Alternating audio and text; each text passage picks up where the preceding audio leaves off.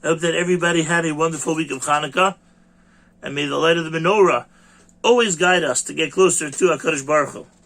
Very excited to share this week's Dvar Torah.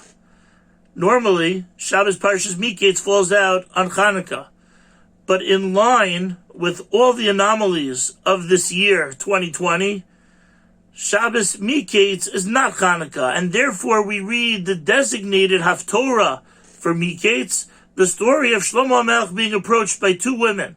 Each has a child. One of the children are alive, and Rahman al-Islam, one of the children passed away.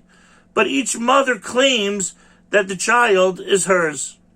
Shlomo is in infinite wisdom, asks for a sword, threatens to chop the child in half. And one mother offers the full child, the live child, to the second mother, while the second mother was willing to take a chopped child. Shlomo HaMelech then said, we see from here who the real mother is, and everybody was in awe of his wisdom. So granted that in this particular story everything worked out, but when Shlomo asked for a sword, why didn't everybody in the court at the time think that he was insane? There was no proof given to who the real mother was. The Malbim writes that in truth, when Shlomo asked for the sword, he already knew who the real mother was. How is that possible? Because in their claims, one mother said, B'ni hachai uvnei chames. My son is alive and your son is dead. While the second said, B'nei chames uvni hachai. The Malbim writes that human nature is that whatever is most important on our minds, that's what we will say first. For the mother who said, B'ni hachai uvnei chames, her priority was, I want my child to be alive. For the second who said, B'nei chames first, so she knew that her child was already dead, and all that was important to her was that the second mother also wouldn't have a child of her own.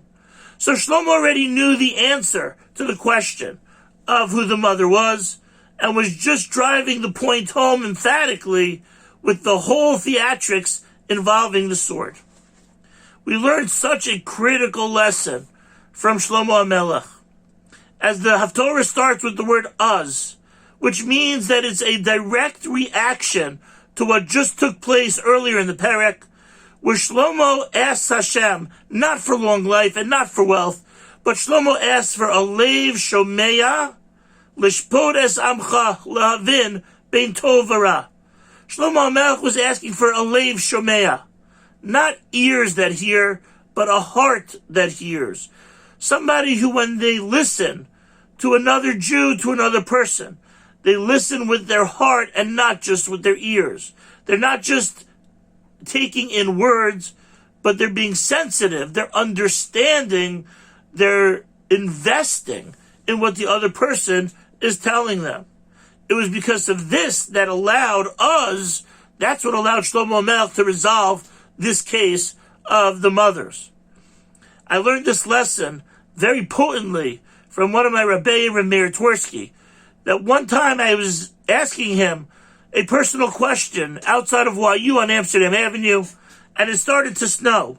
But Rav Twersky didn't flinch. His eyes were locked in on what I was saying, and until I finished whatever it was that we were discussing, it was as if he didn't notice that it was snowing. We could have been anywhere in the world, but nothing was going to stop him from really understanding the essence of what it was that I was saying.